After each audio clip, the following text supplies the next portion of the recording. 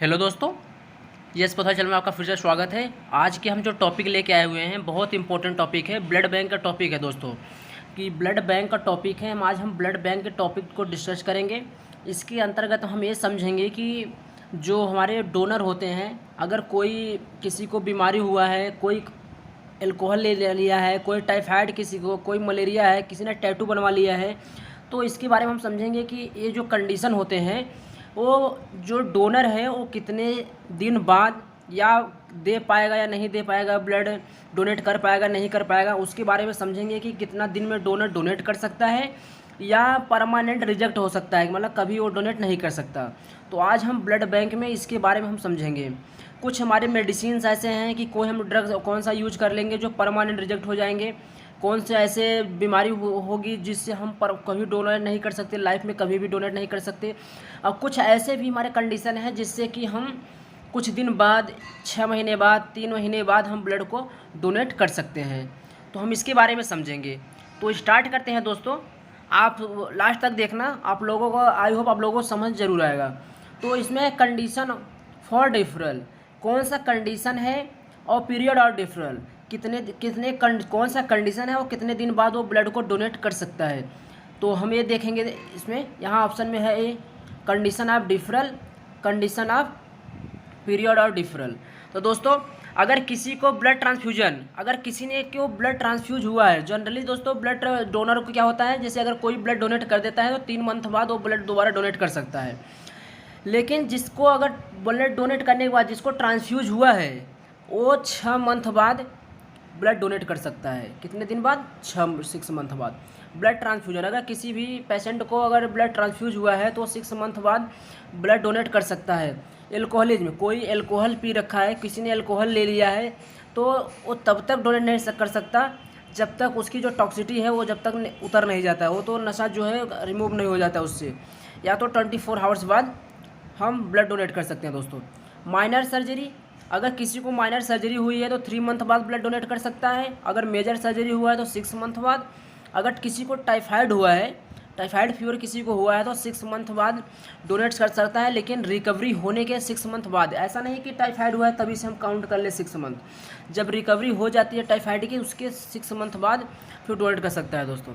अब मलेरिया है, मलेरिया में 2 कंडीशन होते हैं, एक 3 मंथ होता है जो एंडेमिक होता है, एंडेमिक एरिया, और एक होता है नॉन एंडेमिक एरिया। अगर एंडेमिक है तो उसमें हमारे कितना 3 मंथ बाद, और नॉन एंडेमिक है तो 3 ईयर्स बाद ब्लड डोनेट कर सकता है मलेरिया कंडीशन में।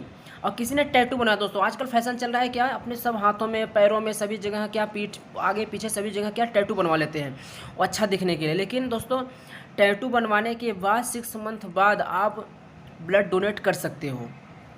अब देखते हैं इसमें एक्यूट हेपेटाइटिस, अगर किसी को एक्यूट हेपेटाइटिस है तो 6 मंथ बाद ब्लड डोनेट कर सकता है, रिकवरी होने के 6 मंथ बाद। ब्रेस्ट ब्लीडिंग, अगर दोस्तों किसी की ब्रेस्ट ब्लीडिंग में अगर 6 मंथ आफ्टर डिलीवरी होने के 6 मंथ बाद वो ब्लड डोनेट कर सकता है। इम्यूनाइजेशन, अगर किसी को इम्यूनाइजेशन हुआ है तो 24 आवर्स बाद वो ब्लड डोनेट कर सकता है विदाउट सिम्टम्स। अगर कोई सिम्टम्स नहीं दिख रहे हैं, उसे शो नहीं हो रहे हैं कोई, तो 24 आवर्स बाद वो ब्लड को डोनेट कर सकता है। रेबीज वैक्सीनेशन, अगर किसी को कुत्ते ने काट रखा हो, उसके वैक्सीन लगवाया हो तो 1 ईयर्स बाद वो ब्लड को डोनेट कर सकता है।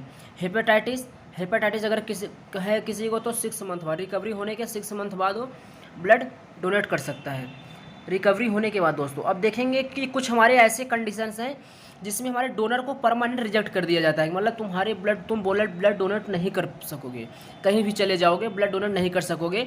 तो कुछ हमारे कंडीशंस हैं, जैसे कैंसर कंडीशन में ब्लड डोनेट परमानेंट रिजेक्ट है, ये मतलब कभी भी डोनेट नहीं कर सकते ब्लड को। Liver disease, heart disease, abnormal bleeding tendency, unexplained blood loss, अगर किसी की अचानक ब्लड लॉस हो रहा है तब। डायबिटिक कंट्रोल, अगर किसी को डायबिटिक कंट्रोल करने के लिए इंसुलिन या कोई अदर ड्रग्स ले रहा है वो भी। हेपेटाइटिस बी इन्फेक्शन, अगर किसी को हेपेटाइटिस बी इन्फेक्शन हो गया है वो भी परमानेंट रिजेक्ट है। क्रॉनिक नेफ्राइटिस, क्रॉनिक नेफ्राइटिस में इसके बाद किसी को एड्स का साइन सिम्टम शो होने लगा है तब उसके बाद वो डोनेट नहीं कर सकता। साइन और सिम्टम दोनों, अगर जिस किसी को एड्स हमारे है तो वो भी नहीं डोनेट। इंडोक्राइन डिसऑर्डर, किसी को इंडोक्राइन डिसऑर्डर है वो भी परमानेंट रिजेक्ट है।